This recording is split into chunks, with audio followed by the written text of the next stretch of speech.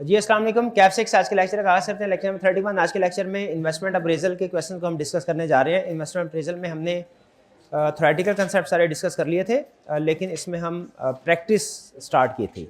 Previous lecture में हमने question practice किया था। उम्मीद है उसमें आपको अंदाज़ा हो गया होगा कि हमने क्वेश्चन को स्क्रैच से कैसे लेके चलना है और किस तरीके से हमने इस क्वेश्चन को अटैम्प्ट करना है स्टेप बाय स्टेप। ठीक है, अभी चूँकि ये इंपॉर्टेंट टॉपिक है तो इसमें अभी हम मज़ीद क्वेश्चन को प्रैक्टिस करेंगे। होम असाइनमेंट में कुछ क्वेश्चन दिए गए थे, उसमें से एक क्वेश्चन है question number 6, golf limited, volume 2 का क्वेश्चन नंबर 6 है। कितने स्टूडेंट्स ने इस क्वेश्चन को अटैम्प्ट किया? जरा हाथ उठाए मुझे पता चले। तकरीबन 40% स्टूडेंट्स ने। चलिए इस क्वेश्चन को हम डिस्कस करते हैं। ये अहम क्वेश्चन, इसमें एक दो एडजस्टमेंट्स हैं, वो भी अहम है।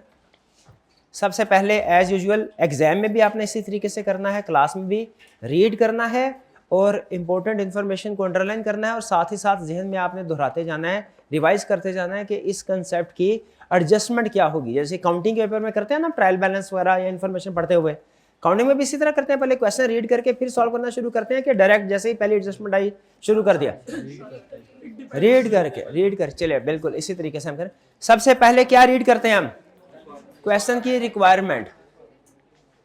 ठीक है, रिक्वायरमेंट है जी, on the basis of internal rate of return advise whether GL should acquire the new plant on the basis of internal rate of, इसका मतलब है IRR आपने कैलकुलेट करना है।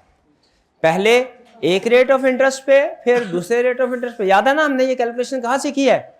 कॉस्ट ऑफ कैपिटल में। कॉस्ट ऑफ कैपिटल में हम ये कैलकुलेशन सीख चुके हैं। पहले एक रेट पे एनपीवी कैलकुलेट करनी, फिर दूसरे रेट पे एनपीवी कैलकुलेट करनी, फिर IRR का फार्मूला यार, NPV at low rate plus NPV at low rate divided by NPV at NP था low rate plus NPV at low rate divided by NPV at low rate minus NPV at higher rate multiplied by difference in rates। Correct. तो उस तरीके से हमने, इसका मतलब पहले हमने इन कैश फ्लोज को कैलकुलेट करना है, फिर उसके बाद हम इसको IRR कैलकुलेशन करेंगे। IRR की कैलकुलेशन तो आपको आती है ना, उसमें कोई प्रॉब्लम तो नहीं। चलिए, golf limited is engaged in manufacturing and sale of single product smart X. एक ही प्रोडक्ट सेल करते हैं smart X. Existing manufacturing plant is being operated at full capacity but the production is not sufficient to meet the growing demand of smart X. Existing plant full capacity पे काम कर रहा है, 100% capacity पे, लेकिन demand अभी मजीद है। क्या करना चाहिए? क्या करना चाहिए? क्या एक्सपेंशन करनी चाहिए या नहीं करनी चाहिए? बिल्कुल एक्सपेंशन करनी चाहिए। अब एक्सपेंशन करने में क्या किया उन्होंने? GL is considering to replace it with a new Japanese plant. Replace को अंडरलाइन करें। जो रिप्लेसमेंट का डिसीजन है और जो न्यू इन्वेस्टमेंट का डिसीजन है, दोनों में सिग्निफिकेंट डिफरेंस है। रिप्लेसमेंट के डिसीजन में, रिप्लेसमेंट में ऑलरेडी एक एग्जिस्टिंग सेटअप मौजूद होता है, उसको हमने एक न्यू सेटअप के साथ रिप्लेस करना है। रिप्लेसमेंट में ऑलरेडी एग्जिस्टिंग सेटअप होगा, एग्जिस्टिंग कैश फ्लोज होंगे, उसको हमने न्यू के साथ रिप्लेस करना। जबकि न्यू सेटअप में एग्जिस्टिंग कुछ नहीं है, यानी कोई मशीनरी वगैरह नहीं चल रही, हमने सिर्फ नया ही इक्विपमेंट लेके आना है। ये जहन में रखिएगा, समटाइम एग्जिस्टिंग प्रोडक्ट होगी, समटाइम एग्जिस्टिंग प्रोडक्ट्स नहीं होगी। अगर तो एग्जिस्टिंग प्रोडक्ट्स नहीं है, कोई न्यू ही प्रोडक्ट है, तो आपका एक ही कैश फ्लो आएगा कि इस न्यू प्रोडक्ट की वजह से हमें हर साल इतना कैश फ्लो इन होगा। लेकिन अगर ऑलरेडी कोई एग्जिस्टिंग प्रोडक्ट है तो याद रखिएगा, ऑलरेडी एग्जिस्टिंग प्रोडक्ट है, उसको डिसकंटिन्यू करके नई प्रोडक्ट ला रहे हैं। ऑलरेडी एग्जिस्टिंग प्रोडक्ट को डिसकंटिन्यू करके न्यू प्रोडक्ट ला रहे हैं। न्यू प्रोडक्ट के डिसीजन से आपके दो कैश फ्लोज इफेक्ट होंगे। नंबर 1, न्यू प्रोडक्ट का कैश फ्लो आएगा, और नंबर 2, ओल्ड प्रोडक्ट का कैश फ्लो जाएगा। वो फॉरगोन होगा, वो हमारी अपॉर्चुनिटी कॉस्ट होगी। भाई ये बात समझ आ रही है? रिप्लेसमेंट के डिसीजन में और न्यू के डिसीजन में ये फर्क है। यहां पे कह रहा है रिप्लेस कर रहे हैं, हमने कहा ठीक है आगे चले। GL is considering to replace it with Japanese plant. Production capacity of new plant would be 50% more than existing capacity. Existing capacity से 50% ज़्यादा हो जाएगी। बिल्कुल ठीक है, कोई प्रॉब्लम नहीं, यही होना चाहिए था, कैपेसिटी बढ़नी चाहिए थी। यहाँ तक कि सारी इंफॉर्मेशन का हमारे क्वेश्चन पे कोई फ़र्क पड़ा है? वो हमें सिर्फ कंटेक्स्ट बता रहा है। अब जो न्यू प्रोडक्ट और ओल्ड जो प्लांट है, न्यू प्लांट और ओल्ड प्लांट के बारे में इंफॉर्मेशन है, वो हमें आगे देगा। कह रहा है purchase to assess the viability of this decision the following information has been gathered.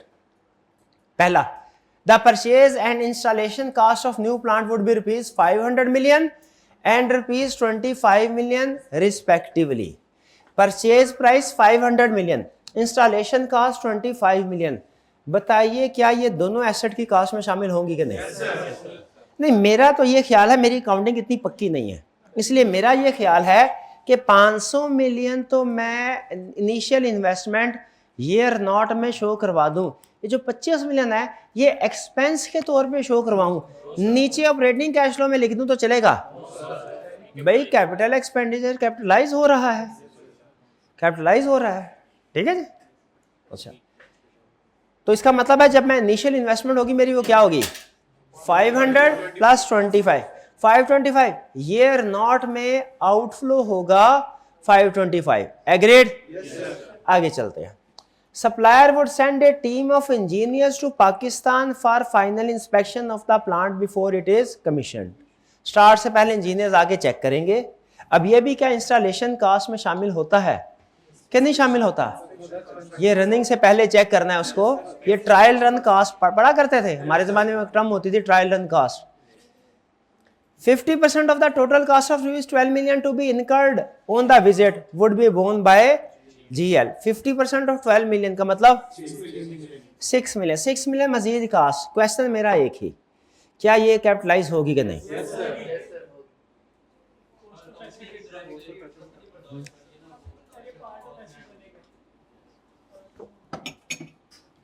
Expense तो है, अगर तो ये रेवेन्यू एक्सपेंडिचर है ना, तो फिर ये मेरा ऑपरेटिंग कैश फ्लो में आएगा और मैंने इसको डेप्रिशिएट नहीं करना। अगर ये रेवेन्यू एक्सपेंस होगा, ऑपरेटिंग कॉस्ट में आएगा और मैंने इसे डेप्रिशिएट नहीं करना। लेकिन अगर ये कैपिटल एक्सपेंडिचर है, ये एसेट की वैल्यू में ऐड होगा और मुझे इसे डेप्रिशिएट करना है। क्लियर? अब बताइए, ये रेवेन्यू एक्सपेंडिचर है कैपिटल एक्सपेंडिचर? Capital expenditure. पक्का कैपिटल एक्सपेंडिचर? शाबाश, इससे मुझे अंदाजा हो गया अकाउंटिंग आपकी अच्छी है। लेकिन अभी एक इम्तिहान और बाकी है, अभी एक इम्तिहान और बाकी है। इस एडजस्टमेंट यहाँ पास हो गया। इसका नेट इफेक्ट क्या हुआ? हमने 500 प्लस 25 प्लस 6 531 इसको इनिशियल इन्वेस्टमेंट ईयर नॉट में आउटफ्लो के तौर पे शो करना है। एग्रीड?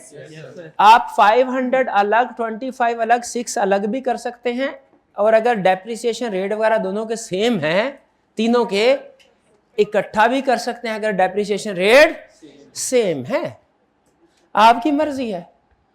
एहतियातन मेरी आदत है, मैं अमूमी तौर पे अलग अलग कर दिया करता हूं, लेकिन जब एडवांस लेवल पे आप पहुंचेंगे तो आपको पता चलेगा कि जिस तरह वेरिएबल जो इन्फ्लेशन रेट और ग्रोथ रेट सेम होना, तो हम सेल्स और वेरिएबल कॉस्ट को नेट करके कंट्रीब्यूशन सिंगल फिगर के तौर पे भी कैलकुलेशन कर सकते हैं।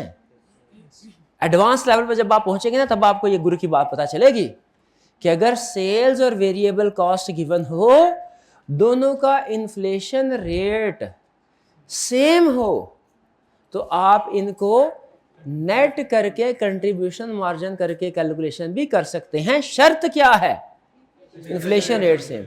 उसी तरह एडवांस लेवल पे जाके आप ये भी सीखेंगे कि अगर डिफरेंट फिक्स एसेट्स हैं 2, 3 या 4, उनका डेप्रिसिएशन रेट सेम है, आप उनको इकट्ठा करके भी लिख सकते हैं। इकट्ठा करके लिखना एफिशिएंट अप्रोच है, लेकिन अलग अलग करना सेफ अप्रोच है। अलग अलग करना सेफ है, इकट्ठा करना एफिशिएंट है बट क्विक है, और अलग अलग करना सेफ है बट लेंथी है। ऑप्शन आपकी अपनी है। मैं ज़ाती तौर पे एग्ज़ाम में सेफ खेलना ज़्यादा पसंद करता हूँ, मैं पर्सनल प्रेफरेंस। जैसे मार्केट में इन्वेस्टर होता है ना, कुछ रिस्क टेकर होता है, रिस्क को पसंद करता है, वो नई नई चीज़ें अडॉप्ट करता है। एक होता है इन्वेस्टर जो रिस्क अवर्स होता है, ये मैनेजमेंट का कंसेप्ट, वो रिस्क को पसंद नहीं करता, कहता है थोड़ा ले लूंगा लेकिन सेफ खेलूंगा। जैसे दुनिया में दो तरह के लोग हैं, एक बिजनेस पसंद करते हैं, एक जॉब पसंद करते हैं। ये माइंड सेट है, ये सिर्फ बिजनेस में नहीं होता, हर जगह पे माइंड सेट है। जो एम्प्लॉय है वो क्या है, रिस्क अवर्स, रिस्क को पसंद नहीं करते। और जो बिजनेसमैन है वो क्या है, रिस्क को पसंद करते हैं। रिस्क है लेकिन रिटर्न भी तो है, रिटर्न भी तो है। एम्प्लॉय याद रखिएगा, 10 लाख पर मंथ की सैलरी पे भी आप आज स्टार्ट कर देना, अमीर नहीं बन सकते, ये लिख ले बात, अमीर नहीं। 10 लाख पर मंथ की सैलरी भी, हाँ। और अगर छोटे सा भी कहीं पे बिजनेस स्टार्ट कर लेंगे ना, मेहनत से करेंगे और कोई ना कोई हुनर होगा, मेहनत और हुनर यानी कोई खास चीज, कोई डिफरेंट चीज, तो आप अमीर बन सकते हैं। ठीक है, ये बहरहाल माइंडसेट। तो मार्केट में तो उसी तरीके से अब आपकी ऑप्शन, चाहे रिस्क टेकिंग अप्रोच ले ले। रिस्क टेकिंग क्या है अप्रोच, कि भाई नेट करके जल्दी जल्दी क्वेश्चन निपटा देंगे। और एक है सेफ अप्रोच। सेफ अप्रोच क्या है, भाई हम हर फिक्स एसेट को अलग अलग लिखेंगे, सेल्स को और वेरिएबल कॉस्ट को अलग अलग लिखेंगे, वो आपकी अपने। मैं सेफ अप्रोच, कोई आपको इतराज तो नहीं है एग्जाम में सेफ अप्रोच। आगे चलते हैं। As a result of installation of new plant, fix cost other than depreciation would increase by ₹30 million. Fix cost तो हम सारी की सारी इग्नोर नहीं करते, नहीं। एक टर्म होती है इंक्रीमेंटल फिक्स कॉस्ट या additional fix cost. Incremental fix cost चूंकि प्रोजेक्ट की वजह से है, वो हमारी रेलिवेंट कॉस्ट है। तो ये 30 मिलियन का ट्रीटमेंट क्या होगा बताइए जरा। ये फिक्स कॉस्ट है, ये क्या होगा, आउटफ्लो होगा। किस साल में, हर साल में। ईयर नॉट में भी, ईयर नॉट, क्योंकि ईयर नॉट असल में ईयर 1 का पहला दिन है। ईयर नॉट असल में ईयर 1 का पहला दिन है। ईयर नॉट में नहीं, ईयर 1 में है, ईयर 2 में है, ईयर 3 में है, बाकी जितने ये साल है। क्लियर। अच्छा, 2 सवाल मेरे। पहला सवाल, ये तो सीधी था, ये तो सबको पता है, तो बच्चों वाला कंसेप्ट था, इसको सही बता के खुश ना हो। असल कंसेप्ट तो अभी है। पहला सवाल, क्या टैक्स की कैलकुलेशन में ये 30 मिलियन आएगा, डिडक्टेबल है कि नहीं?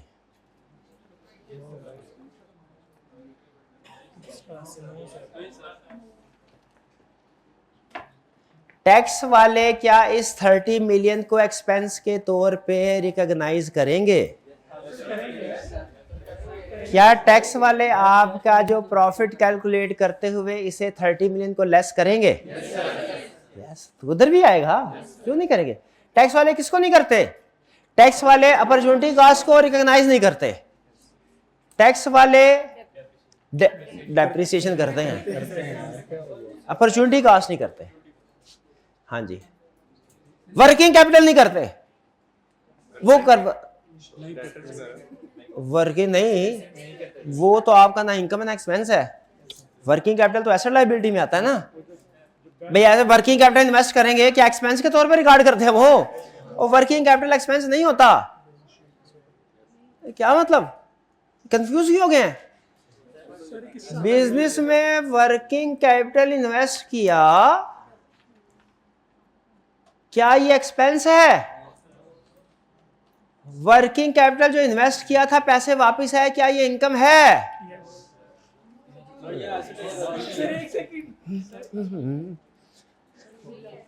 वर्किंग कैपिटल जो पैसे दिए थे, वर्किंग कैपिटल ऐसे है जैसे किसी को लोन दिया हो, वापस आ गया, आखिर पे आ जाना है। ना इसका गया एक्सपेंस है, ना इसका आया इनकम है। वर्किंग कैपिटल टैक्स की कैलकुलेशन में नहीं आता।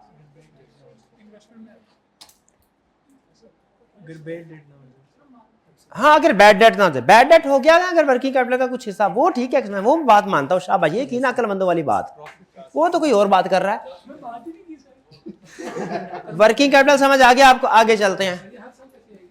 ये फिक्स कास्ट वाले, फिक्स कास्ट आपको हर साल इनकर करना पड़ेगी मेरे भाई। 30 मिलियन फिक्स कास्ट तो हर साल ही देने पड़ते हैं पैसे भाई। यहां तक कोई problem?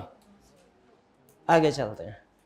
Third, the existing plant has an estimated life of 10 years and is in use for the last 6 years. Plant's tax carrying value is rupees 50 million. Carrying value कितनी आ गई? 50. A machine supplier has offered to purchase the existing plant immediately at rupees 45. कहता है अभी 45, ये ले 45, अभी पड़ा, ये लो, ये मशीन मुझे लेके जाता हूँ, 45 मिलियन तेरा। ठीक है जी। डिस्पोजल अकाउंट बनाना आता है? डिस्पोजल अकाउंट बनाएंगे, गेन या लॉस क्या है? लॉस कितना है? 3 चीजें हैं। Number 1 cost carrying value 50 million, number 2 sale price 45, number 3 loss 5 million. क्या ट्रीटमेंट होगा सबका? कैरिंग वैल्यू का क्या ट्रीटमेंट? कैरिंग वैल्यू वो तो आएगा सेल प्राइस, रेजिडुअल वैल्यू तो सेल प्राइस, कैरिंग वैल्यू तो नहीं है। कैरिंग वैल्यू का कोई इंपैक्ट नहीं है। जो आपकी रेजिडुअल वैल्यू यानी जिस प्राइस पे बेचे ना 45 मिलियन, ये आपका इनफ्लो आएगा। इंटरेस्टिंगली ये info and of the project नहीं है, स्टार्ट ऑफ द प्रोजेक्ट है। कैसे? क्योंकि स्टार्ट में डिस्पोज कर रहे हैं। गौर से सुनिएगा कंसेप्ट। ये जो डिस्कशन है ना, ये टॉपिक की डिस्कशन है, सवाल की ना समझे इसको, इससे कंसेप्ट बिल्ड हो रहे हैं। इसके बाद तो क्वेश्चन करना है, वो तो चुटकियों की मार है। असल जो लर्निंग आपकी है डिस्कशन की है। तो ये हम अमूमी तौर पे तो डिस्पोजल को एंड पे हम शो करवाते हैं, रेजिडुअल वैल्यू जितने का बेचा। यहां पे स्टार्ट में क्यों करवा रहे हैं? रिप्लेसमेंट, क्योंकि ये स्टार्ट में डिस्पोज हो रहा है। ये पुराना जाएगा तो नया आएगा ना, सुना नहीं है? पुराना जाएगा तो नया आएगा। ये नए ने स्टार्ट में आना है, पुराने ने भी स्टार्ट में जाना है। 45 मिलियन रिसीव हुआ है, ये हमारा ईयर नॉट का इनफ्लो है। और जो 5 मिलियन लॉस हुआ है, ये क्या चीज है? ये हमारे इन्वेस्टमेंट अप्रेजल में आएगा क्या? नहीं आएगा, क्योंकि नॉन कैश आइटम है। लेकिन टैक्स की कैलकुलेशन में आएगा। क्यों? क्यों? टैक्स वाले इसको कंसीडर करते हैं एक्सपेंस। अब सवाल,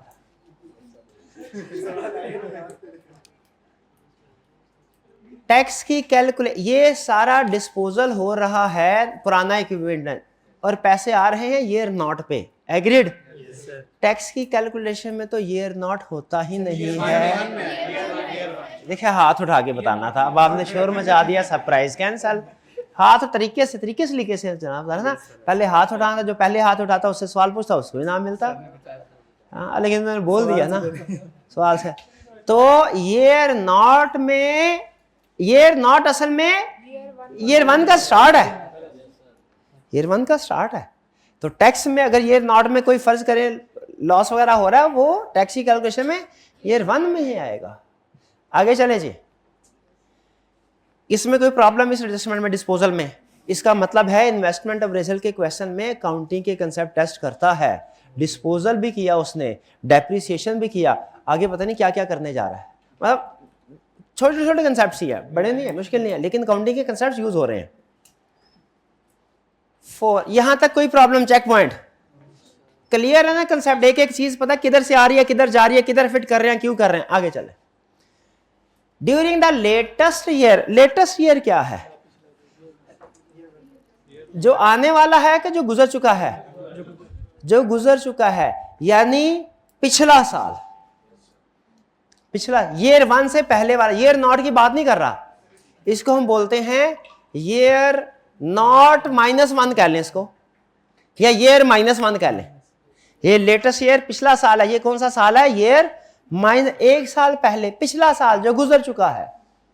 यानी अगर हम 1 जनवरी 2024 पे खड़े हैं ना, तो ये लेटेस्ट ईयर से मुराद 2023 का पूरा साल है।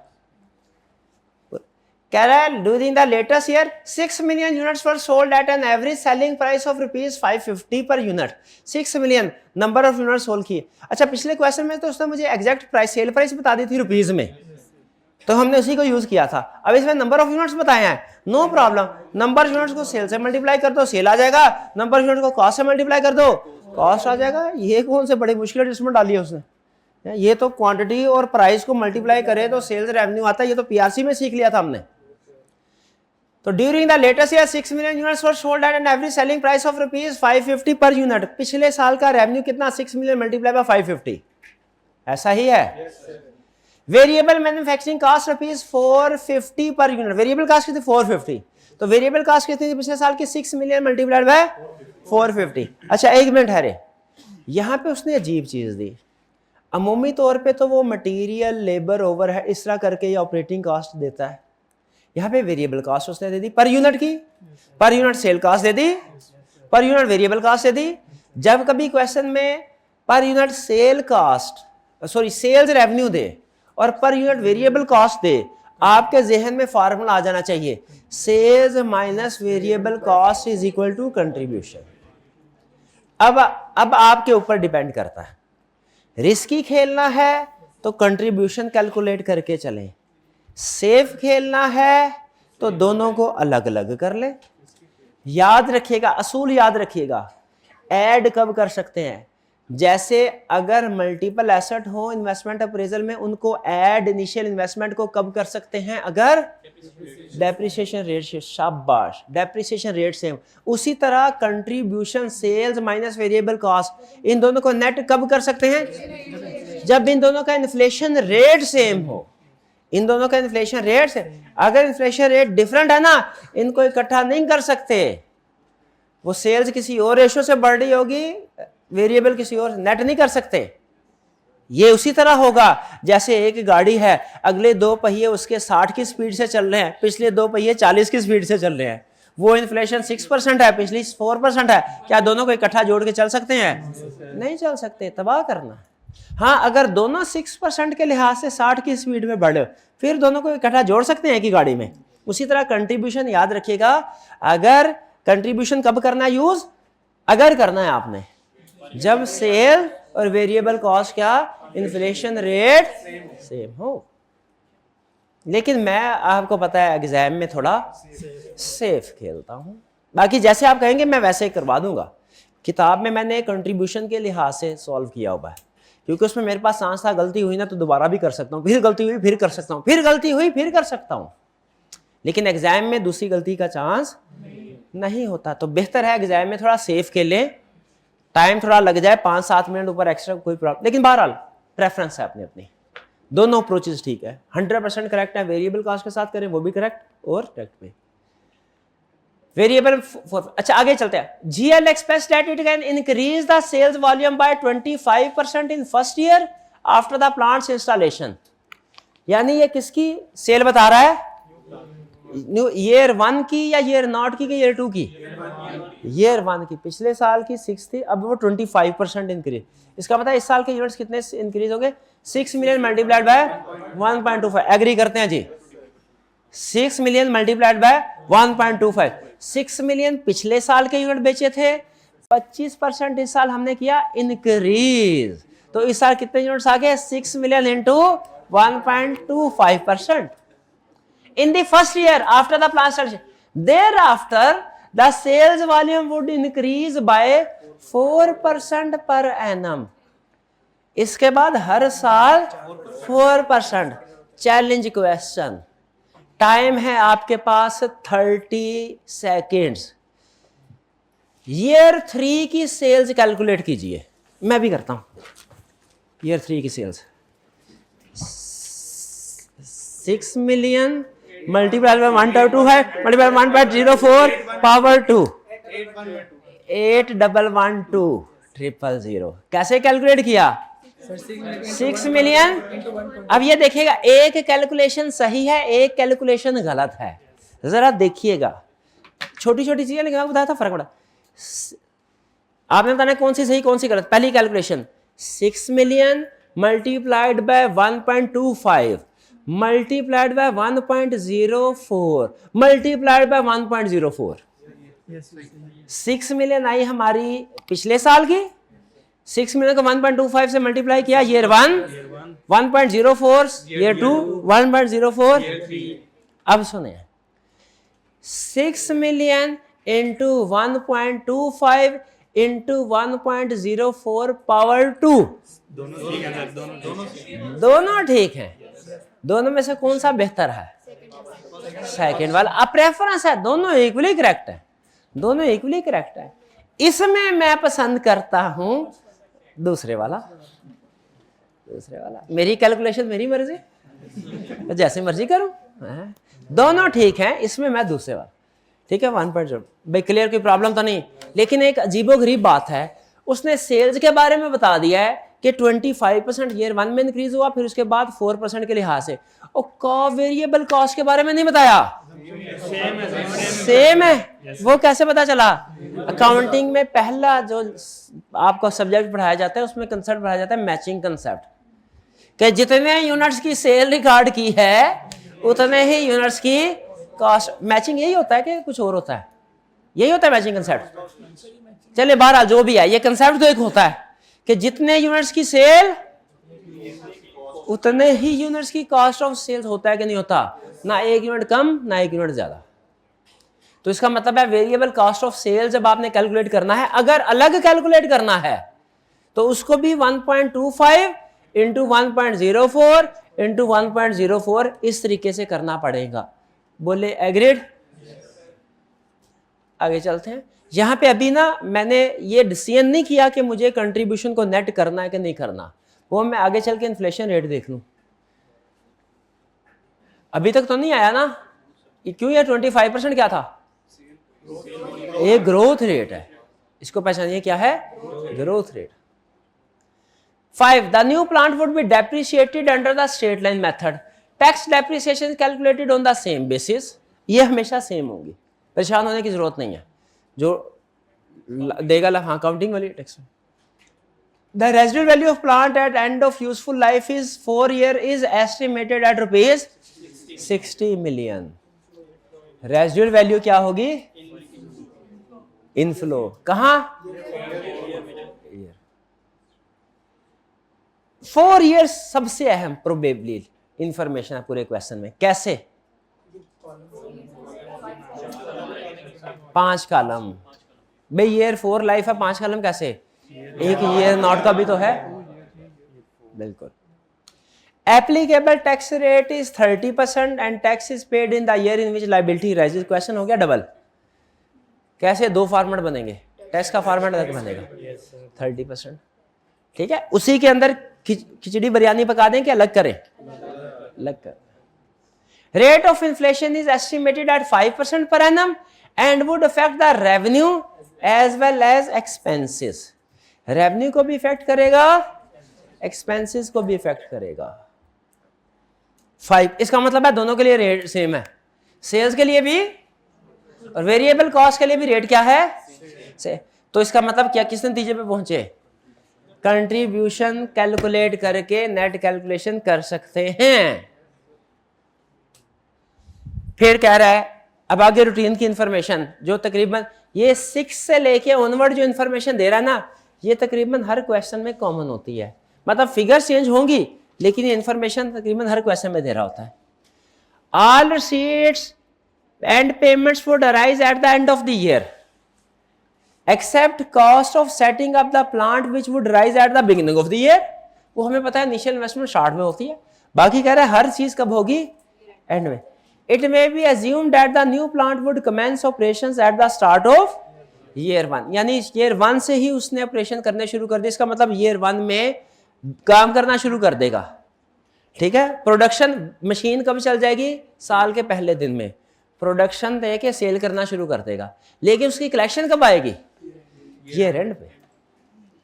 On the basis of IRR advise whether GL should acquire the new plant. भाई करें स्टार्ट काम। अब इसमें कोई ऐसा कंसेप्ट जो अभी तक आपको क्लियर ना हुआ हो? चलिए जी स्टार्ट करते हैं। अब कौन सी लाइन? लास्ट लाइन ना लिखी होती क्वेश्चन पे कोई फर्क ही नहीं पड़ता। ये तो हमें पहले ही पता था कि पूरे इन्वेस्टमेंट अप्रेजल के क्वेश्चन में ये अज्यूम किया जाता है कि जितने भी कैश फ्लोज हैं at the end of the year occur होते हैं। ये यूनिवर्सल अजम्पशन है।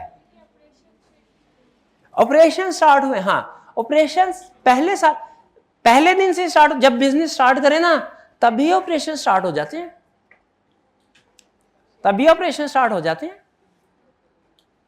हाँ लेकिन एक क्वेश्चन ऐसा था जिसमें उसने कहा कि एग्रीमेंट आज कर लो और प्रोडक्शन स्टार्ट होगी ईयर 2 से। उसमें ईयर 1 में कोई ऑपरेटिंग कैश फ्लो नहीं था। क्यों नहीं था?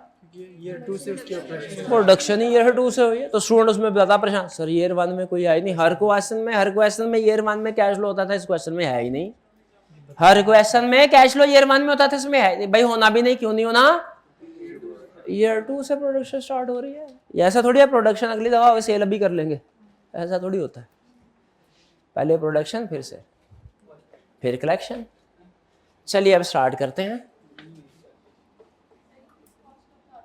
किसका? अभी चलते हैं फिक्स कॉस्ट, दोबारा कर लेते हैं। सारा सवाल ही ना दोबारा बता दूं?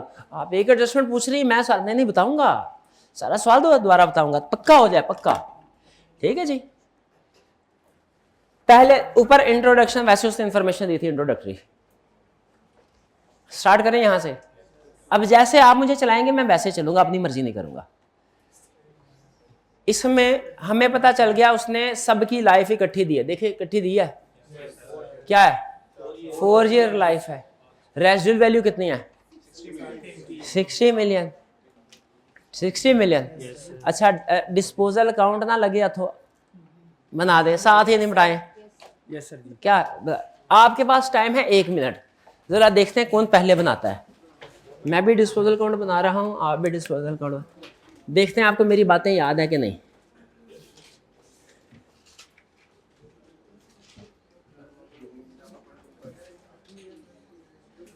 कॉस्ट, रेजिडुअल वैल्यू, कॉस्ट कितनी है? 500 प्लस 25 प्लस 531 मिलियन, 1000 करता हूँ, 531,000। रेजिडुअल वैल्यू कितनी थी? नहीं आप गलत बता रहे होंगे, मैं खुद देखूंगा पहले। रेजिडुअल वैल्यू है 60 मिलियन। 60 मिलियन है, स्ट्रेट लाइन मेथड है। 60 मिलियन है, स्ट्रेट लाइन मेथड है। 60 मिलियन स्ट्रेट लाइन मेथड है। रेजिडुअल वैल्यू भी लेस करते थे जी। नहीं मैं न्यू प्लांट की कह रहा हूं बात, न्यू प्लांट की बात कर रहा हूं। आप पहले ओल्ड प्लांट के डिस्पोजल करना चाहते हैं। देखिए इसने, ये न्यू प्लांट है, न्यू प्लांट, ठीक है। मैं इसके डिस्पोजल अकाउंट बनाने की बात कर रहा हूं। हमने क्या करना है, 1 मिनट ठहरे, मैंने कल क्या सिखाया था? क्या हमें तरतीब से चलना चाहिए? क्वेश्चन जिस इंफॉर्मेशन से है कि अपनी मर्जी की पसंदीदा एडजस्टमेंट पहले करें। तो इससे फायदा क्या होता है कि स्किप नहीं होती कोई एडजस्टमेंट। तो 500 ये हो गया। अब यहां पे एक्यूमुलेटेड डेप्रिसिएशन भी तो रिकॉर्ड करनी है। वो कितनी होगी? 531 minus 60 divided by 531,000 minus 60,000 divided by 4, 117750। Year 1 की 117750, 117750, 117750, 117750। ठीक है जी। और अब गेन या लॉस कितना आ गया? ये रेजिडुअल वैल्यू 60,000 है, ठीक है। गेन या लॉस क्या हुआ? 0 हो गया, 0 हो गया। तो अब देखिए इसमें डिस्पोजल अकाउंट में ये वाली इंफॉर्मेशन कहां जाएगी? Y0 में आउटफ्लो, ये क्या है, लास्ट ईयर में इनफ्लो, ये क्या है, टैक्स की कैलकुलेशन। ठीक है जी, यहां पे अब हम टैक्स की कैलकुलेशन है ईयर 1। अब मैं टैक्स की एंट्री अभी रिकॉर्ड कर लूं, 117750, 117750, 117750, 117750, और ये cost 531,000, 531,000 negative 60,000 positive. Check point, पहला चेक पॉइंट, इसको अच्छे तरीके से देख लें, कोई प्रॉब्लम है तो पूछ लें। आपको सिर्फ ये मसला है कि पहले वाला इक्विपमेंट क्यों नहीं रिकॉर्ड किया। नहीं, वो भी आ जाएगा, आएगा तो कर लेंगे इसको। पहले वाला किधर है, ये है, जब इसकी बारी आएगी ना फिर कर लेंगे, मैं तरतीब से चलना चाह रहा हूं। रेजिडुअल वैल्यू 60,000 कैसे आई, उसने ये क्वेश्चन में खुद दी हुई है, ये यहाँ पे 40 मिलियन, 60 मिलियन, ठीक है, उसने क्वेश्चन में खुद दी हुई है। ठीक है, एक और बात भी करता है बाज़-औक़ात पता क्या कहता है, दो वेरिएबल, फर्क देखिएगा, अगर कहे रेजिडुअल वैल्यू इतनी है, स्ट्रेट लाइन मेथड है, समझ जाएं नो गेन या नो लॉस। क्यों समझ है भला, क्योंकि जो कास्ट और रेजिडुअल वैल्यू का फर्क है वो सारे का सारा तो डेप्रिशिएट कर रहे हैं। जब स्ट्रेट लाइन मेथड, गुर की बात बता रहा हूं, जब स्ट्रेट लाइन मेथड हो ना, स्ट्रेट लाइन मेथड, और वो कॉस्ट और रेजिडुअल वैल्यू दे दे, तो समझ लीजिए अमूमी तौर पे स्ट्रेट लाइन मेथड में नो गेन नो लॉस है। स्ट्रेट लाइन में अमूमी तौर पे नो गेन नो लॉस क्यों है, क्योंकि जो रेजिडुअल वैल्यू और कॉस्ट का डिफरेंस है तो सारे का सारा डेप्रिशिएट कर देते हैं आप। अब और सुने, रिड्यूसिंग बैलेंस मेथड में आपको रेट कंफर्म देगा, स्ट्रेट लाइन में रेट अमूमी तौर पर नहीं देता, रिड्यूसिंग बैलेंस कंफर्म देगा। उसमें भी उस वक्त गेन या लॉस जीरो होगा जब, शाबाश, रेजिडुअल वैल्यू कैरिंग वैल्यू के इक्वल होगी। ये चीज समझ रहे, जो कैरिंग वैल्यू आई वही रेजिडुअल वैल्यू आ गई, जो रेजिडुअल वैल्यू है वही कैरिंग वैल्यू आ गई, गेन या लॉस जीरो। इसमें कोई और प्रॉब्लम, कोई प्रॉब्लम नहीं, पक्का आगे चले, मुझे जल्दी कोई नहीं है। Okay, second, as a result of installation of the new plant, fixed cost other than depreciation would increase by 30 million। क्या fixed cost relevant cost हो सकती है? Yes, अगर प्रोजेक्ट की वजह से हो रही है तो वो relevant है, इंक्रीमेंटल बोलते हैं इसको, इंक्रीमेंटल बोलते हैं। ठीक है,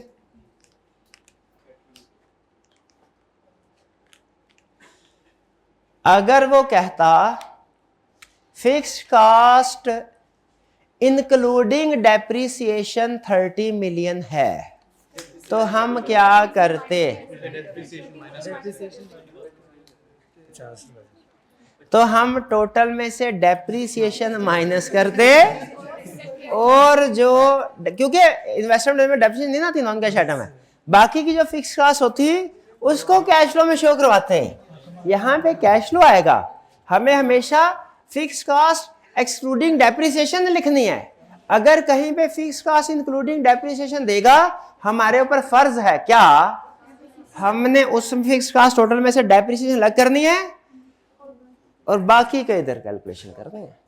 डेप्रिसिएशन इधर आ जाएगी जिधर आती होती है, बाकी उधर, लेकिन इसमें नहीं दिया, नो प्रॉब्लम, 30 मिलियन है। अब देखिए, अब देखते हैं कि आप मेरी गलती को पिक करते हैं कि नहीं। फिक्स कॉस्ट है जी, फिक्स कॉस्ट है जी 30 मिलियन।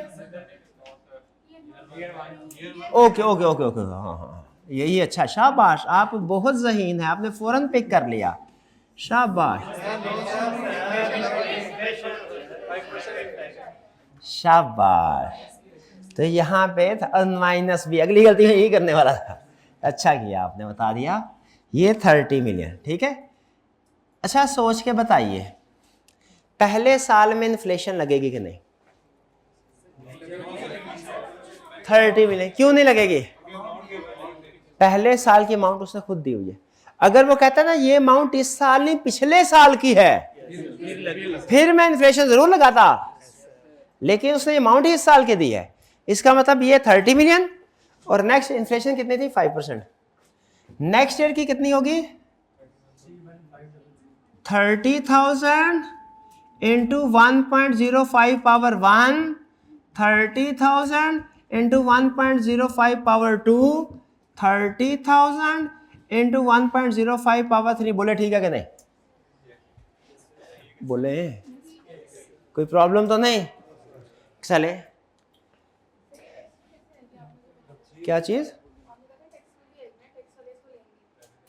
जी जी बिल्कुल, वो एंड में करेंगे, एंड में करेंगे। टैक्स वाले में भी टैक्स की कैलकुलेशन अभी करते हैं हम, अभी तो हम सिंपल कर रहे हैं। टैक्स की तो एंड में करते हैं ना हम, जब सारे इनकम और एक्सपेंसेस रिकॉर्ड कर लेते हैं उसके बाद करते हैं, ठीक है। हाँ जी बिल्कुल बिल्कुल बिल्कुल। यहाँ पे मुझे ये बताइए, यहाँ पे कैलकुलेशन क्या है? 31,500 330 075 347 29। क्लियर? अच्छा मुझे ये बताइए, अगर एग्जाम में मैं ये हर एक जगह पे अलग अलग कैलकुलेशन नहीं करना चाहता तो मुझे क्या करना चाहिए? यहाँ पे नहीं कर लीजिए। क्या कर दूं? फिक्स कॉस्ट है, इसके आगे मैं लिख दूंगा क्या? Fix cost multiplied by 1.05 power n। उसे पता चल जाएगा कि मैं n का मतलब हर साल वेरिएबल कर दिया ना उसको, 1 2 3 होता रहेगा। ये कर लें या ये कर लें आपकी मर्जी है, मैं प्रेफर इसको करता हूं। या एक और भी काम कर सकते हैं आप, जो लेस प्रेफर्ड है लेकिन एक्सेप्टेबल है, सिर्फ पहले साल की कैलकुलेशन कर दें, आगे उसको पता चल जाएगा। क्लियर?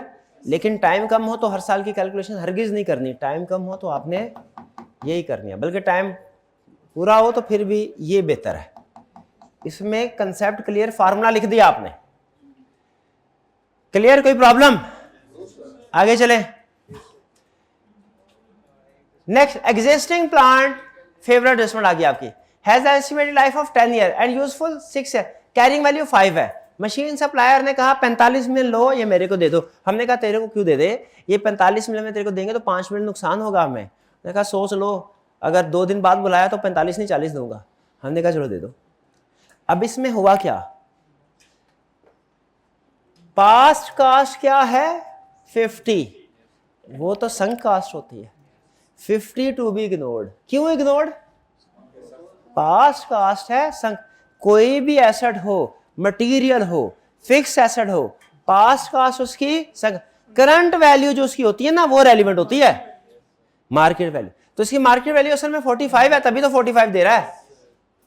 45 है और 5 मिलियन लॉस है। 45 कहां है? इनफ्लो की आउटफ्लो? भाई इनिशियल इन्वेस्टमेंट तो आउटफ्लो आती है। ये हाँ इनिशियल इन्वेस्टमेंट खरीदने बेच रहे हैं। 45 पॉजिटिव, ठीक है। ये रेलिवेंट क्यों है? क्योंकि नया प्रोजेक्ट लगाने की वजह से इसको बेचा जा रहा है, इसलिए ये रेलिवेंट है। क्लियर? अब जो 5 मिलियन लॉस था वो कहीं आएगा? वो कहां आएगा? ईयर 1 टैक्स, ठीक है। ईयर नॉट में क्यों नहीं आएगा?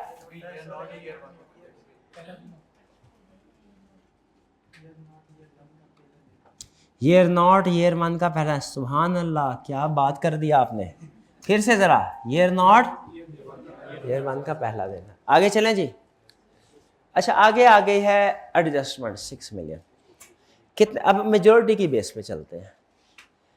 कितने स्टूडेंट्स का ख्याल है कि चूंकि इन्फ्लेशन रेट सेम है सेल्स और वेरिएबल कॉस्ट का, तो कंट्रीब्यूशन मार्जिन के साथ कैलकुलेशन करनी चाहिए? 1 2 3 4 5 6 7 8 9 10। कितने स्टूडेंट्स का ख्याल है कि चाहे सेम है लेकिन हर क्वेश्चन में तो सेम नहीं होगा, किसी क्वेश्चन में सेम होगा इन्फ्लेशन रेट सेल्स और वेरिएबल कॉस्ट का, किसी में डिफरेंट होगा। तो हम उस अप्रोच के साथ चलते हैं जो हर क्वेश्चन में लगे, यानी अलग अलग कैलकुलेशन करते हैं। कितनों का 6 7 चले कोई नहीं, नेट कर लेते हैं मुझे। मैंने थोड़ा जज्बाती करने की कोशिश की, आपको हुए नहीं आप, कोई बात नहीं। 6 million number of average selling price 580। लेकिन याद रखें ये वेरिएबल कॉस्ट हुई ना, फिर आपने शो करना, अगर उसने फिक्स कॉस्ट बता दी ना उसके साथ नहीं करना, या टोटल कॉस्ट के साथ नहीं करना। हाँ, सेल्स और वेरिएबल कॉस्ट के साथ करना है। सेल्स के साथ टोटल कॉस्ट दी हुई ना फिर नहीं करना।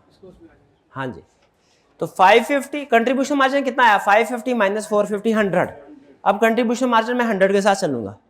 सेल्स और वेरिएबल कॉस्ट दोनों को एक स्टेप में नेट कर रहा हूं, तो मेरे पास आ गए। अब कंट्रीब्यूशन कितनी आई, कंट्रीब्यूशन कितने आए, ये सेल्स और वेरिएबल मैंने अलग अलग करवाया था, मेरा ख्याल था नहीं, अलग अलग करवाया हुआ था।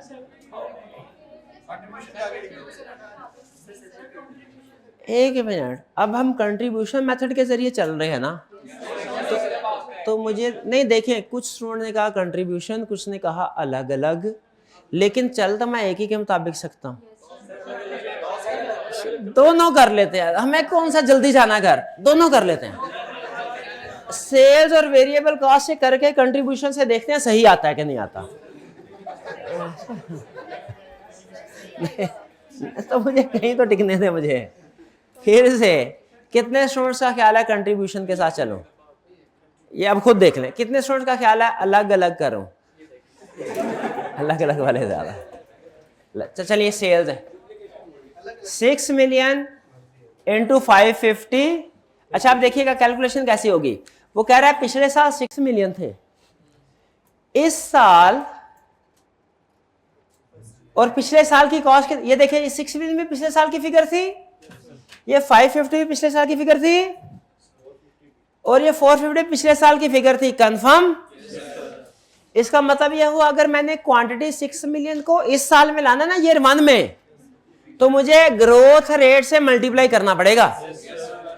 और अगर मुझे 550 को इस साल में लाना है ना, तो मुझे इन्फ्लेशन रेट से मल्टीप्लाई करना पड़ेगा। बोले एग्री करते हैं? चलिए अब हम करते हैं पहले सेल्स।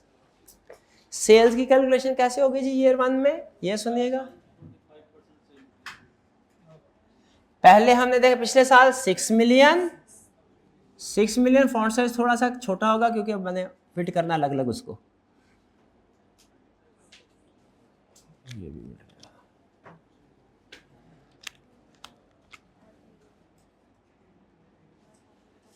6 मिलियन इंटू 1.2, ईयर 1 में 1.25 है। अगर गौर से सुनिएगा 1.25, ये इस साल के यूनिट्स आ गए। अब मैंने इस साल की सेल प्राइस में आना है, मल्टीप्लाइड बाय 550 इंटू 1.05 पावर 1। ये समझ आया? हालांकि इनको डायरेक्ट भी मल्टीप्लाई किया जा सकता था, मैंने दो ब्रैकेट्स को यूज क्यों किया? क्वांटिटी अलग, प्राइस अलग। डिवाइड एंड रूल, गोरे का रूल, डिवाइड। मैंने अपनी बड़ी कैलकुलेशन को दो छोटी कैलकुलेशन में डिवाइड कर दिया ताकि मेरे ज़हन में कंसेप्ट क्लियर रखे कि अब मैं क्या कर रहा हूँ, अब क्या कर रहा हूँ। आगे चलें।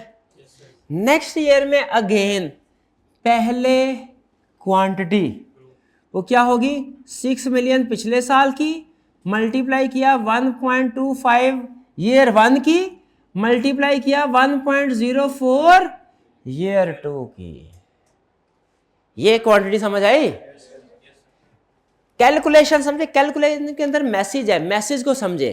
कह रहा है पिछले साल के यूनिट्स मल्टीप्लाइड बाय 1.25 इस साल के यूनिट्स मल्टीप्लाइड बाय 1.04 ईयर 2 के, लेटेस्ट ईयर के। अब क्या करना मुझे? Inflation price 550 multiply by 1.05 power 2 clear. ये पावर 2 क्यों किया? 550 पिछले साल था, एक दफा मल्टीप्लाई करता ईयर 1 में आता, दूसरी दफा मल्टीप्लाई किया ईयर 2 में आया। क्लियर। अब आगे चलें, ईयर 3 में क्या होगा? 6 मिलियन मल्टीप्लाई बाय 1.25, ये उसने 25% पहले साल ना एक एक्स्ट्रा जंप लिया था, फिर उसके बाद रेगुलर में आ गया 1.04 पावर 2 और फिर multiplied by 550 into 1.05 power 2। Okay 3। ये जरा वो देख रहे हैं ऑनलाइन मेरे स्टूडेंट्स को नजर आ रहा हो, वो बाद में बेचारे ये ना कहते हो सर ये क्या किया। Zoom 6 million multiply by 1.25 into 1.04 power 3 into 3 बड़ा हो गया, छोटा सा करते हैं 550 इंटू 1.05 पावर 4। चेक पॉइंट, कोई प्रॉब्लम? सेल्स आ गई, जरा फिगर्स मुझे बताते जाइए। 433 1250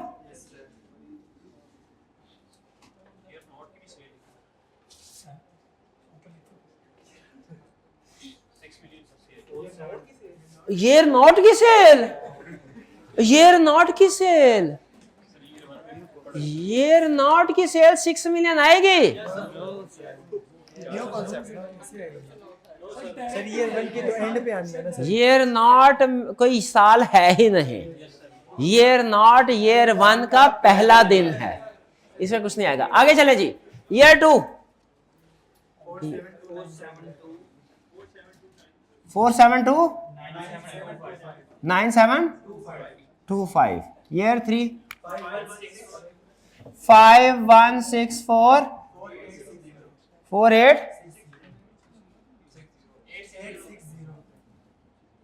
860 564 0027। कैलकुलेशन मैच कर लें, चेक पॉइंट सारे साथ मिलेंगे फिर आगे चलना, वरना नहीं।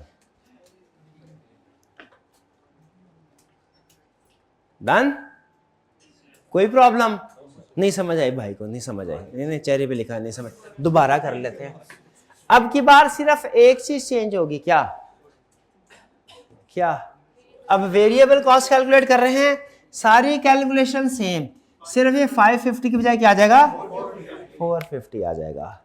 ये आएगा 6 million into 1.25 into 450 into 1.05 power 1, फिर 6 मिलियन इंटू 1.25 इंटू, क्योंकि जिस लिहाज से यूनिट्स सोल्ड बढ़ते हैं उसी लिहाज से उनकी कॉस्ट भी बढ़ेगी।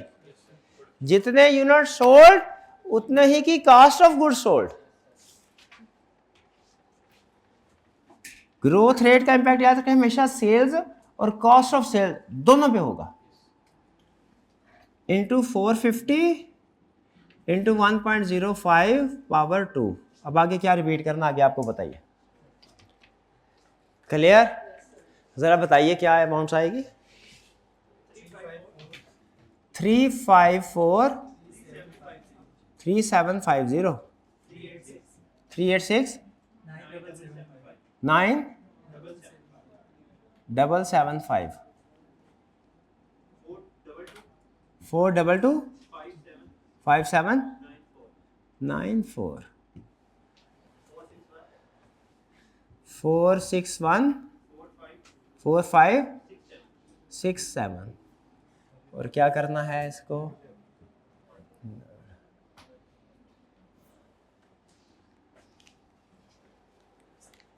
चेक पॉइंट, कोई प्रॉब्लम नहीं? अब जरा आप कंट्रीब्यूशन मार्जिन से कैलकुलेशन करके देखें कि इनका नेट वही आता है। ईयर 2 की कर लें, ये राइट साइड वाले ईयर 2 की कर लें कंट्रीब्यूशन मार्जिन चेक, ये मेरे लेफ्ट साइड वाले ईयर 4 की कर लें। ईयर 4 की करके देखें कि ये जो सेल्स और वेरिएबल कॉस्ट का नेट करें, ईयर 4 में कंट्रीब्यूशन वही आता है कि नहीं, रूल पक्का हो जाएगा हमारा।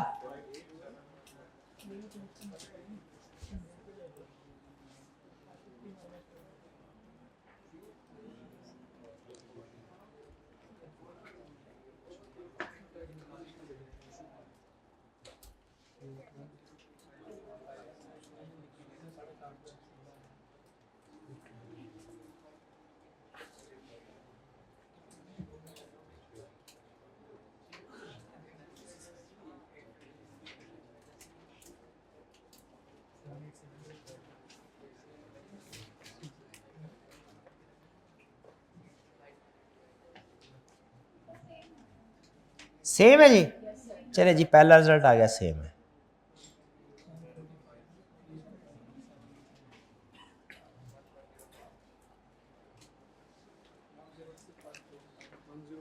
सेम, चलिए जी, इसका मतलब है हम इस नतीजे पे पहुंच गए कि अगर कभी सेल्स और वेरिएबल कॉस्ट गिवन हो, सेल्स और वेरिएबल कॉस्ट गिवन हो और इन्फ्लेशन रेट सेम हो, तो आप इसको कंट्रीब्यूशन से सॉल्व कर सकते हैं, चाहे तो अलग अलग भी कर सकते हैं। आगे चले जी, नेक्स्ट भाई 5th वाली तो कर ली हुई हमने, बाकी सारा हो गया, बाकी रूटीन की टैक्स की कैलकुलेशन करें। मुझे बताइए जी जी, कोई प्रॉब्लम? हाँ, एग्जिस्टिंग प्रोडक्ट, ये क्वेश्चन, क्या इसमें एग्जिस्टिंग प्रोडक्ट की जो सेल, मुझे बताइए छोटे से सवाल का जवाब, क्या न्यू इक्विपमेंट के सेल की वजह से एग्जिस्टिंग प्लांट की सेल डिस्टर्ब हुई कि नहीं? कम हुई। जब कभी न्यू प्रोडक्ट लॉन्च करने से एग्जिस्टिंग प्रोडक्ट की डिमांड कम हो, क्या करना चाहिए? एग्जिस्टिंग प्रोडक्ट की डिमांड लॉस्ट अपॉर्चुनिटी कॉस्ट है। भाई एग्री करते हैं? जब कभी न्यू प्रोडक्ट लॉन्च होने की वजह से, ये आज की हो सकता है होम असाइनमेंट में सबसे अहम क्वेश्चन हो, पॉइंट हो एक क्वेश्चन में, गौर से सुन ले, क्या कि अगर कभी न्यू प्रोडक्ट के लॉन्च होने की वजह से एग्जिस्टिंग प्रोडक्ट की डिमांड कम हो, तो जो एग्जिस्टिंग प्रोडक्ट की डिमांड कम हुई वो हमारी क्या है? Opportunity cost. समझ आई नहीं आई? अगर कभी न्यू प्रोडक्ट लॉन्च होने की वजह से एग्जिस्टिंग प्रोडक्ट की डिमांड कम हो, तो जो डिमांड कम हुई हमारी अपॉर्चुनिटी कॉस्ट है। न्यू प्रोडक्ट लॉन्च होने की वजह से एग्जिस्टिंग कम, न्यू की वजह से एग्जिस्टिंग कम हो तो एग्जिस्टिंग क्या है? Opportunity cost. न्यू की वजह से एग्जिस्टिंग कम हो तो एग्जिस्टिंग क्या है? अपॉर्चुनिटी कॉस्ट है। क्लियर? लेकिन आप समझ रहे हैं एग्जिस्टिंग की सेल प्राइस अपॉर्चुनिटी कॉस्ट होगी। आप समझ रहे हैं एग्जिस्टिंग प्रोडक्ट की जो सेल कम हुई है तो उसकी सेल रेवेन्यू अपॉर्चुनिटी कॉस्ट होगा? नहीं नहीं, सेल्स नहीं, कंट्रीब्यूशन। क्यों?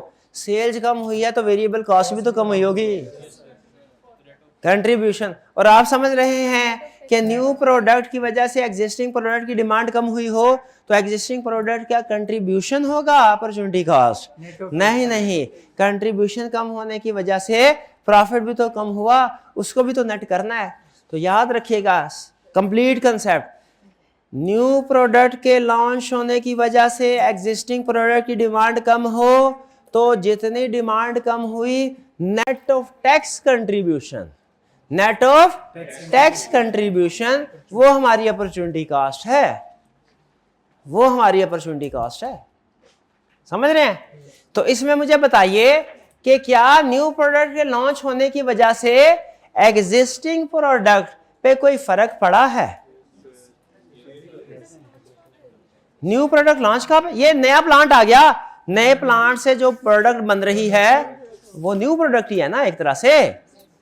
पुराना प्लांट जी नहीं नहीं, वो है वही, लेकिन प्रोडक्ट का वेरिएंट डिफरेंट है ना। अब असल में मेन कंसेप्ट सुने, वो कल एग्जांपल नहीं दी थी, दादाजी गए तो साथ में वो बच्चा भी गया कि नहीं गया? तो ये प्लांट गया तो जो पुराने प्लांट की प्रोडक्शन होती थी वो चाहे सेम थी वो भी तो गई, तो क्या वो हमारी अपॉर्चुनिटी कॉस्ट होगी कि नहीं होगी? होगी कि नहीं होगी? अब आपके पास टाइम है 1 मिनट 30 सेकेंड, 4 साल हैं, चारों साल की अपॉर्चुनिटी कॉस्ट कैलकुलेट करनी है, नेट ऑफ टैक्स और लिखनी है। और आपको मैं एक फूड फॉर थॉट दे रहा हूं। नेट ऑफ टैक्स आएगी ये तो आपको पता है, कंट्रीब्यूशन होगी ये भी पता है, कंट्रीब्यूशन होगी पता है, नेट ऑफ टैक्स होगी ये भी पता है। इन्फ्लेशन रेट लगेगा कि नहीं?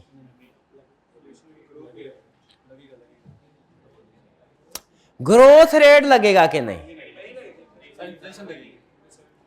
ये आपने सोचना है। आपने जो भी assumption ली वो जस्टिफाई करवानी पड़ेगी।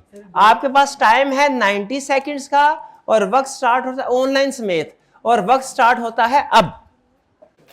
जी उम्मीद है आपने क्वेश्चन कर लिया होगा। तरतीब से 3 सवाल, उसके बाद ये एडजस्टमेंट खत्म। पहला सवाल, सर ये कहाँ लिखा है कि न्यू प्रोडक्ट के वजह से एग्जिस्टिंग प्रोडक्ट की डिमांड कम हो रही है? पूरे सवाल में ये तो लिखा ही नहीं, रिप्लेस लिखा हुआ है। इसका मतलब है जब आपने नया प्लांट लॉन्च किया तो पुराना प्लांट बेच दिया, वो बेच दिया तो उसकी प्रोडक्शन भी ऑटोमेटिकली खत्म हो गई। अब ये थोड़ी है प्लांट चला गया तो उसकी प्रोडक्शन रहेगी, नहीं। तो जो पिछले प्लांट की प्रोडक्शन थी वो भी जीरो हो गई, प्लांट भी बेच दिया, उस प्लांट की प्रोडक्शन भी अब कम होके जीरो हो गई, इसीलिए वो हमारा डिक्रीज इन प्रोडक्शन है। ठीक है जी। अच्छा आगे चलते हैं। अब हमने इसकी कैलकुलेशन करनी है। कंट्रीब्यूशन कितना है? 6 मिलियन माइनस ये 6 मिलियन है ना, और ये है 4। अब मुझे बताइए ईयर 1 क्या इसमें ग्रोथ रेट का इंपैक्ट आएगा? नहीं, क्योंकि वो इसी वजह से तो न्यू प्लांट लेके आए थे, वो फुल कैपेसिटी पे था, उसमें ग्रोथ जब फुल कैपेसिटी 100% पे कोई प्रोडक्ट पहुंच जाए उसके बाद ग्रोथ 1 यूनिट का नहीं आ सकता, ग्रोथ नहीं आएगा। रीजन क्या है? ऑलरेडी फुल कैपेसिटी पे था, पुराने इक्विपमेंट की ऑलरेडी फुल कैपेसिटी। क्या इन्फ्लेशन एडजस्टमेंट आएगी? यस, इन्फ्लेशन एडजस्टमेंट आएगी। तो कंट्रीब्यूशन जरा गौर से सुनिए, कैलकुलेशन ईयर 1 से होगी, क्या होगी? 6 मिलियन जो लास्ट ईयर के यूनिट्स थे मल्टीप्लाई बाय 100 कंट्रीब्यूशन, इन्फ्लेशन की एडजस्टमेंट आएगी क्या? मल्टीप्लाइड बाय 1.05 इन्फ्लेशन की एडजस्टमेंट और मल्टीप्लाइड बाय 0.7। फिर से बताइए ये 6 मिलियन क्या है? नंबर ऑफ यूनिट्स सोल्ड जो पिछले साल, ये हर साल सेम रहेंगे क्योंकि फुल कैपेसिटी पे है। ये 100 क्या है? कंट्रीब्यूशन, ये पिछले साल का कंट्रीब्यूशन आ गया, ठीक है। मल्टीप्लाई 1.05 क्या है? इन्फ्लेशन। ये पिछले साल का कंट्रीब्यूशन इस साल के रेट पे आ गया। 0.7 क्या है? Net of tax, tax adjustment के लिए ये नेट ऑफ टैक्स आ गया। इसका मतलब ये इधर ही एडजस्ट हो रहा है। क्या फिगर आई? 441,000। देखिए यही है। अच्छा बताइए फिर नेक्स्ट ईयर में क्या होगा? 6 million multiply by 100 multiply by 1.05 power 2, क्योंकि अब अगले साल की इन्फ्लेशन यूनिट्स तो सेम रहेगी ना, ऑलरेडी फुल कैपेसिटी पे थे। और फिर ये 6 मिलियन क्या है? नंबर, ये 100 क्या है? कंट्रीब्यूशन, 1.05 क्या है? इन्फ्लेशन, पावर 2 क्यों लिखा? सेकेंड ईयर में बेहतरीन। और 0.7 क्यों किया? कंट्रीब्यूशन नेट ऑफ टैक्स है। इसकी अमाउंट बताइए। 463,050 नेगेटिव है। क्यों? कंट्रीब्यूशन तो पॉजिटिव होती है। लॉस्ट है, लॉस्ट रेवेन्यू एक्सपेंस है, लॉस्ट इनकम एक्सपेंस है, और सेव कॉस्ट इनकम होती है। भाई कैलकुलेशन 3 और 4 की भी नहीं समझ आ रही, कैलकुलेशन नहीं आई, इनको नहीं आई। ये देखें 6 million units multiply by 100 contribution multiply by 1.05 तीसरे साल में हो, और मल्टीप्लाइड बाय 0.7। अब बताइए क्या है? 480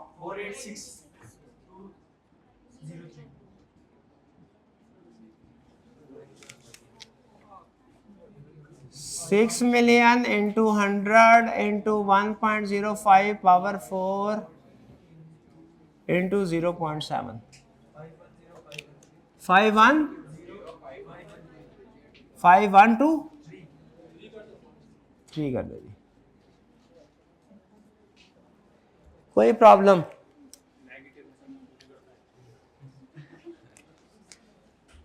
अब सुन लें, अब हमने कर दिया टैक्स की कैलकुलेशन। टैक्स की कैलकुलेशन का पहला असूल, इन्वेस्टमेंट अप्रेजल में खिचड़ी नहीं पकानी। इन्वेस्टमेंट अप्रेजल में खिचड़ी नहीं पकानी, अलग करनी है हमेशा।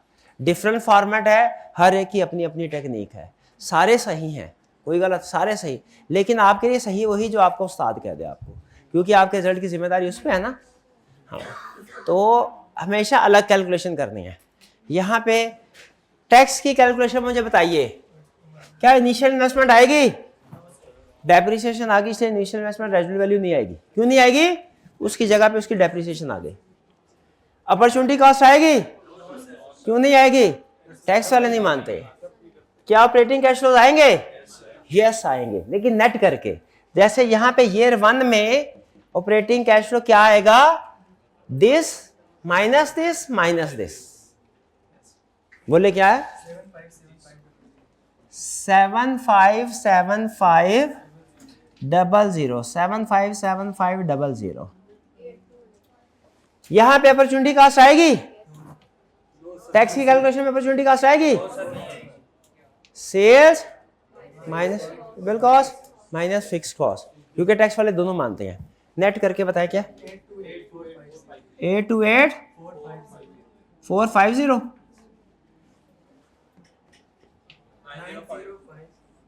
90599 0 या 1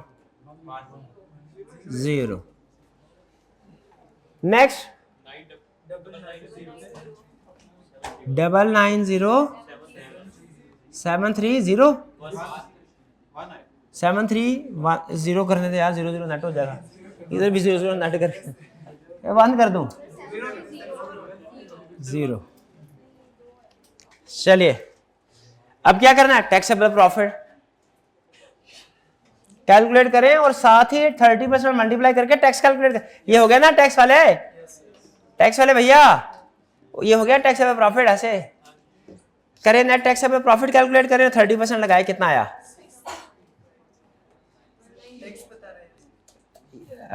ये टैक्सेबल प्रॉफिट बता दें। 634750 और कितना? 25। शाबाश। सेम ईयर में पे हो रहा है, नेक्स्ट ईयर में? तो लगे हाथों इसको निपटाता जाऊं। 190425, इसमें 710 700 213210, यही ऊपर आ गया 213210।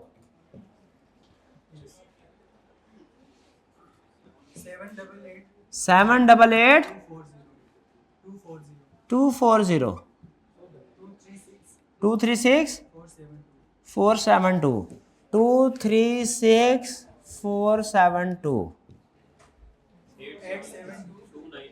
872980 261 894 261 894। ये लीजिए क्वेश्चन तकरीबन कंप्लीट। उसके बाद वो काम जो पीआरसी का बच्चा भी कर सकता है। क्या करना है? टोटल करें और हजार निकाले। पहले टोटल करके देखिए ये नॉट का कितना है? 486000 negative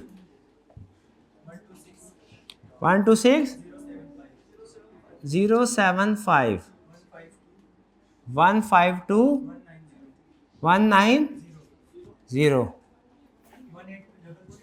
183315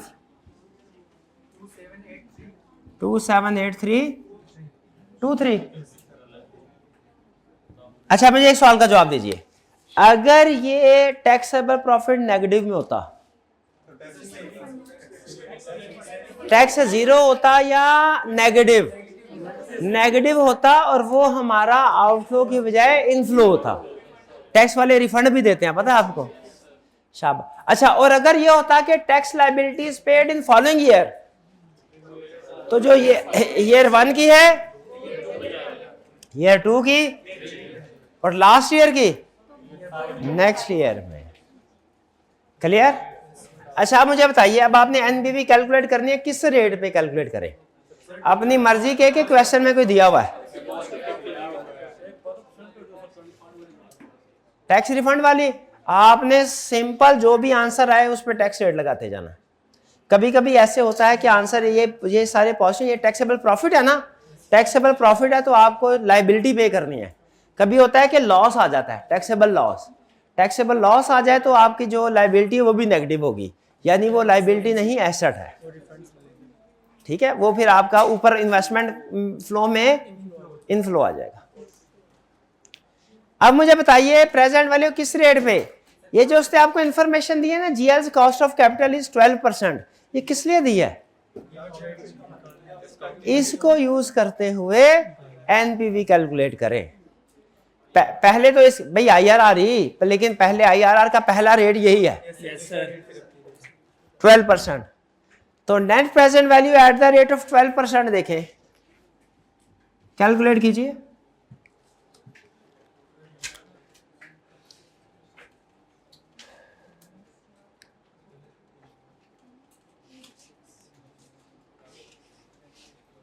at the rate of 12%, 11 positive है। एनपीवी 5525 पॉजिटिव है। अभी क्या करना मैंने?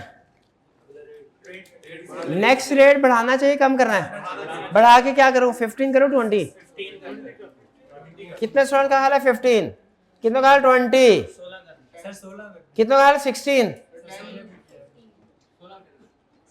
10 वाले को गोली मार दी जाए। 10 करेंगे तो वो एनपीवी मजीद ऊपर चली जाएगी।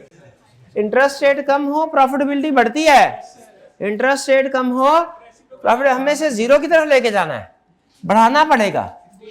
अब कोई भी कर दे, मुझे कोई इतराज नहीं रहा। मुझे 15 करें 16 करें, इस बात के बाद 16 4 के 12 4 के साथ 16% आपकी मर्जी है, 16% से कर ले, 16% से करें, 16% से पॉजिटिव 69 20 वाले ठीक नहीं थे। चले कोई बात नहीं, देखिए दोबारा कैलकुलेशन करने की जरूरत नहीं है, हो गई ठीक है। आईआरआर कैसे कैलकुलेट करना है हमने? NPV at lower rate 12% 0.12 plus NPV at lower rate 55251 divided by NPV at lower rate minus NPV at higher rate 6944 multiplied by 0.04 16.57%। देखिए यही आता है, इसका मतलब चूंकि कॉस्ट ऑफ कैपिटल से ज्यादा है हमें इसको एक्सेप्ट कर लेना चाहिए। चूंकि आईआरआर कॉस्ट ऑफ कैपिटल से ज्यादा है, एक्सेप्ट कर लेना चाहिए। क्लियर जी? कुछ समझ आई? जरा बताइए इस क्वेश्चन में आपको सबसे अहम एडजस्टमेंट कौन सी लगी, जो आइंदा किसी क्वेश्चन में आए तो आप फंस के उसे अटेम्प्ट करेंगे? अपॉर्चुनिटी कॉस्ट, न्यू प्रोडक्ट की वजह से एग्जिस्टिंग प्रोडक्ट डिमांड का, लेकिन उसमें भैया याद रखनी है 2-3 चीजें, सिर्फ सेल नहीं, सिर्फ कंट्रीब्यूशन नहीं, नेट ऑफ टैक्स कंट्रीब्यूशन, और वो भी भाईजान इन्वेस्टमेंट अप्रेजल वाले में डालना, कि टैक्स वाले में ना डाल देना। टैक्स वाले अपॉर्चुनिटी कॉस्ट को पहचानते ही नहीं है। ठीक है जी? और कोई क्वेश्चन? अच्छा, एक सजेशन आई है स्टूडेंट की तरफ से, आपके सामने रखना चाहता हूँ। एज यूजुअल आपकी मेजोरिटी की बेस पर डिसीजन होगा। उन्होंने कहा सर कुछ कुछ समझ तो आ गया हमें इन्वेस्टमेंट अप्रेजल, अब प्रैक्टिस पता नहीं आपने कब तक करवानी है। तो साथ साथ आप मैनेजेरियल पोर्शन भी स्टार्ट कर दें। एक क्वेश्चन मैनेजर, थोड़ा थोड़ा मैनेजेरियल पोर्शन भी होता रहे, एक क्वेश्चन इन्वेस्टमेंट अप्रेजल भी होता रहे। 20-25 मिनट, आधा घंटा मैनेजेरियल और 1 घंटा जो है वो इन्वेस्टमेंट का क्वेश्चन। बताइए आपका क्या ख्याल है? कितने स्टूडेंट का ख्याल है यस? कितनों का ख्याल है नो? चलें यस कर लेते हैं, ठीक है। हाँ जी, तो कल से पहले हम मैनेजेरियल पोर्शन, कल से फिर उसके बाद फाइनेंस की प्रैक्टिस। नया कंसेप्ट नहीं है, प्रैक्टिस होगी। एग्जिस्टिंग कंसेप्ट, नया कंसेप्ट नहीं आएगा, एग्जिस्टिंग की प्रैक्टिस होगी।